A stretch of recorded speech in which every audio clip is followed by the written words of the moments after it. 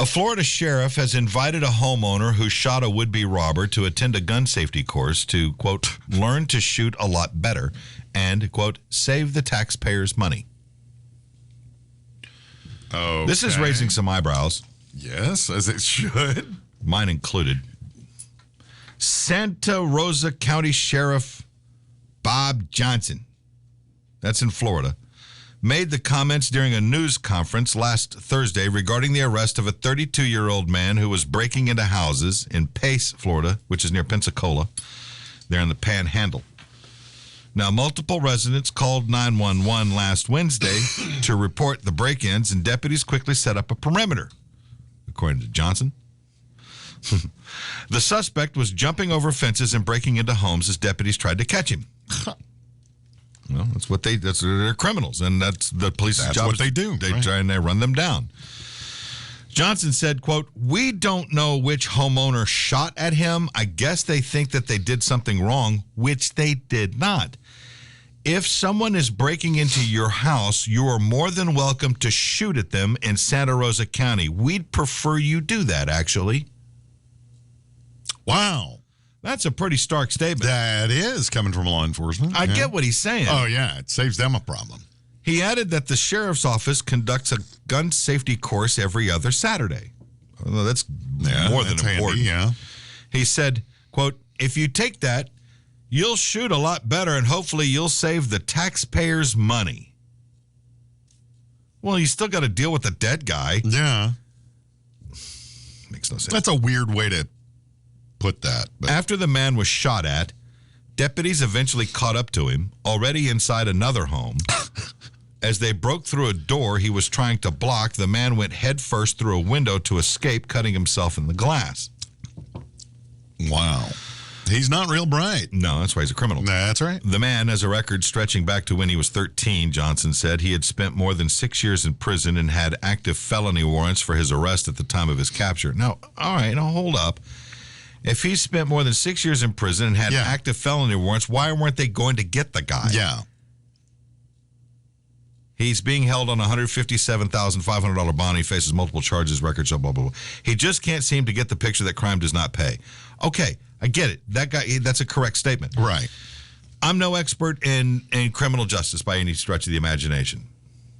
However, it would seem to me that if you are running some sort of a law enforcement organization, a police department, you would devote a division of your, and maybe they do this, a division of your police force, right, to go and find people that have active felony warrants. That would be a good idea. Just go find them. There's an active warrant for their arrest. Could have saved all this if they had gone after this dude. And we've seen this time and again. Some guy gets arrested. He gets pulled over at a traffic stop. They do a check, and then they find out there's active warrants on him. Right. Why do they got to wait for that to happen? Because he's out there doing God knows what. Right. And then he kills somebody. Mm-hmm. Or he steals from somebody, or he does something stupid, and then they go, oh, by the way, he happened to have a warrant. Right. Yeah. Why can't they just actively search for these people? Well, I guess they do somewhat, but, I mean, where do they really? I think they have to wait and go on tips.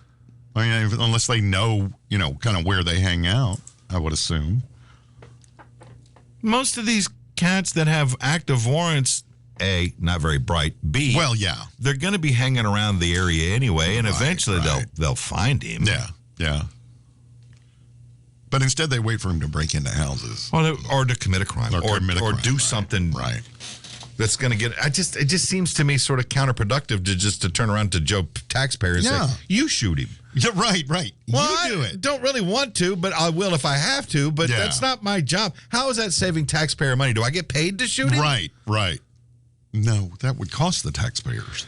Right, and if I shoot... Okay, God forbid, somebody breaks into the house. I get the drop on the guy, and I drop him in the living room, and he's dead. Yes. All right, now I got a problem on my hand. I got a dead guy in the house. Aside from the fact that my sensibilities have been shaken. Well, yeah. I'd need therapy. And so I call the fuzz, and then they still got to come out. Oh, yeah. They got to do their investigation. Right. And then they got to call the hearse to haul his carcass out of there. And then you got to clean the place and put it up for sale because I couldn't stay there after that. I couldn't stay. How is this saving taxpayer money? Yeah, Are they saying, well, there's not going to be a court proceeding? You're goddamn right there's going to be a court proceeding because I'm the one that shot the guy. Right. And so I got to stand in front of the judge and explain my actions, even though I know that I was in the right. Or even if the DA even says we're not even going to press charges, I still have to go through you got to go through the process. Correct. So there's going to be other law enforcement guys over the period of time to sit down and talk with me and to make sure that everything was groovy. Yeah. It was a fair fight. You shot him. Whatever the case is. Yeah. I don't see, I get what the guy's saying. I don't necessarily agree. Too, but I don't agree with it, but, It sounds like a lazy police chief. Well, that's what this is. That's what it sounds like. Hey, you got a gun? Y'all take care of it. Imagine in the middle of the night, you're asleep, you hear something downstairs, and you call 911.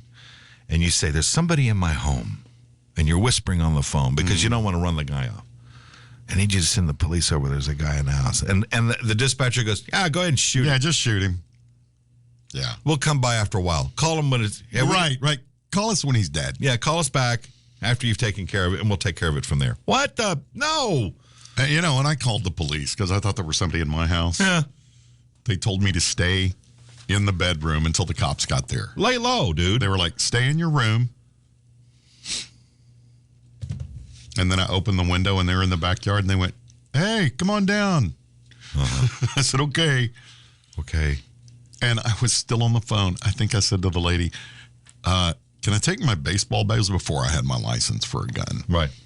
And can I take my baseball bat? She goes, yeah, I wouldn't do that. Don't go meet the cops in your yard with a baseball bat. No, you don't want to do that, no. I went, okay. So I left it upstairs and ran to the back door. Yeah. Oh, yeah.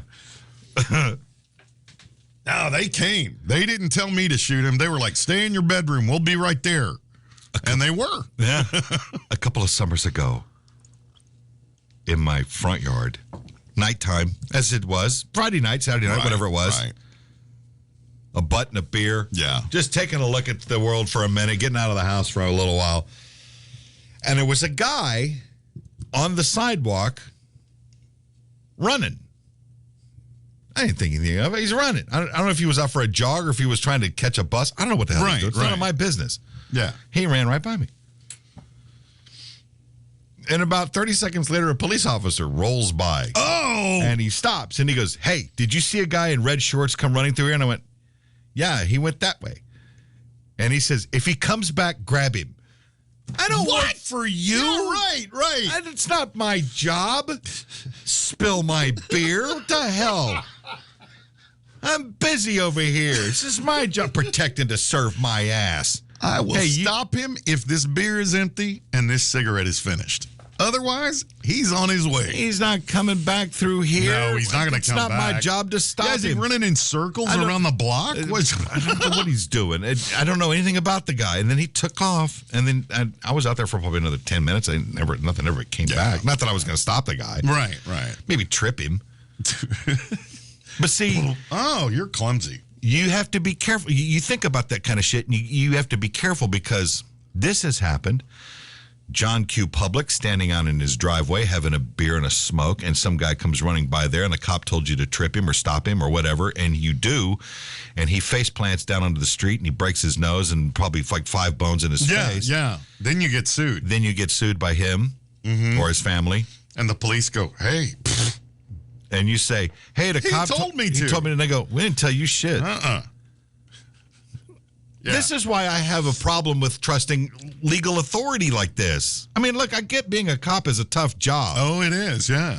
And if I happen to be in a situation where the police are there and something happens and I can assist in some way, I will probably do my best. Yeah. But to be left to my own devices and say, hey, if you see this guy come through here, stop him, will you? Yeah. And then what? Call you back? Yeah, right.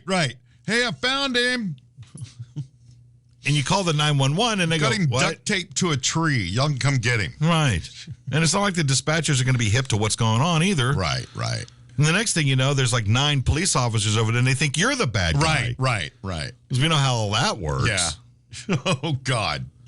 And I get, look, the dispatchers are in an awkward position. They have to deal with the public directly because they're on the phone and they're freaked out and they're not communicating themselves properly.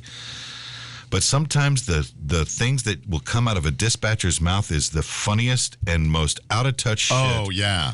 The day that guy got killed by that train in our parking lot. Oh, is a good example. You called. I was talking, yes. And I told her somebody had been hit by a train. They needed to send police, ambulance, fire, everybody. Yeah. Can you see them? Oh, all over. Yes. Are they still moving? No, the train stopped. No. Yeah, right. No. None of his parts are moving. I'm about 5 foot from a leg. Yeah, right. Yeah. Somebody hit by a train. Are they still moving? Are they still moving? No. And then she was sort of like, really? Yeah. She was kind of, yes. She was kind of surprised. Look, it just happened. Yeah, it literally had just happened. Yeah. And, yeah, I mean, they sent people. But then the first one, several of them drove by, and didn't come around. Yeah. That was weird. That was kind of strange. Well, we learned that the railroad company have their own law enforcement. Yeah. And that's what handled it. And remember the cop that broke off the parking lot? We were talking to him. He was a cool dude. And we asked him, do you need anything? Kind of enlightened us, too. Do you need a bottle of water or anything? And he goes, no, I'm good. I said, why is it the guys in the really weird black cars handling all of this? Yeah. Oh, that's railroad business. That's federal railroad. The police handle it as a death investigation, and they turn that over to the railroad. Right. And they'll contract an ambulance service. Right. And then that's that.